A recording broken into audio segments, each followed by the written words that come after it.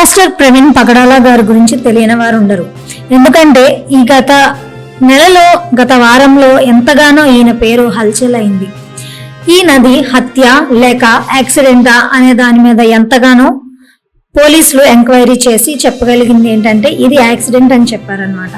అయితే కానీ KA Paul గారు ఇది హత్యే అని దీన్ని నిరూపించడానికి కోర్టుకు కూడా వెళ్ళారు. రాత్రి Praveen Pagadala best friend, wife best friend ఇప్పుడు మాట్లాడుతున్న వాళ్ళు నాకు అమెరికా నుంచి కాల్ చేశారు. ప్రవీణ్ పగడాల వైఫ్కి చాలా ఒత్తిడి వచ్చి మా ఆయన తాగే చనిపోయాడు అని అనిపించి డిమాండ్ చేస్తున్నారట. ఆవిడితో మా ఆయన తాగాడు, యాక్సిడెంట్ అయింది, చనిపోయాడు అని చెప్పించడానికి కొన్ని ఫోర్సులు పనిచేస్తున్నాయని రాత్రి 1 గంట సేపు మేము మాట్లాడా. నా కాల్స్ అన్ని ట్యాప్ అవుతున్నాయి. గవర్నమెంట్కి తెలుసు నేను ఎవరితో మాట్లాడానో.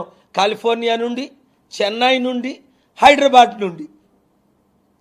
నేను ఒకటే మాట చెప్తున్నాను ప్రవీణ్ పగడాల మిస్సెస్కి, ఎస్ చాలా కష్టపడలో ఉన్నారు, మీరు బాధల్లో ఉన్నారు. కానీ దేవునికి చెడ్డ పేరు తీసుకొస్తే, లేని మీరు అబద్ధాలు పలికితే, అది పోలీసుల ఒత్తిడి వలనో, రాజకీయ నాయకుల ఒత్తిడి వలనో, ప్రాపర్టీస్ కొరకో, లేదా 100 కోట్లు మీకు ఆఫర్ ఇస్తున్నారనో, ఏ కారణం చేతైనా మీరు అబద్ధం పలికితే మీరు శాపగ్రస్తులు అవుతారు. నేనున్నా మీ కొరకు.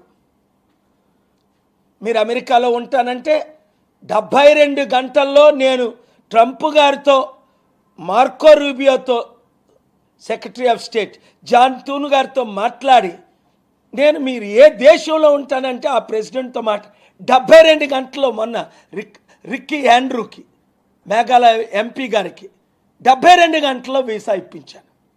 లీడర్స్కి, మా టీం మెంబర్స్కి 9 నెలలు 12 నెలలు అవసరం లేదు మీకు వెయిట్ చేయడం. 24 గంటలు లేదా 72 గంటల్లో మీకు సెక్యూరిటీ ఇప్పిస్తా, వీసాలు ఇప్పిస్తా, మీ ప్రాపర్టీలు కాపాడతా. మీ వలన నాకు రూపాయి అవసరం లేదు. మీకు ఒత్తిడి వస్తుంది అని గంట సేపు చెప్పారు. ఎవరు చెప్పారో మీకు తెలుసు.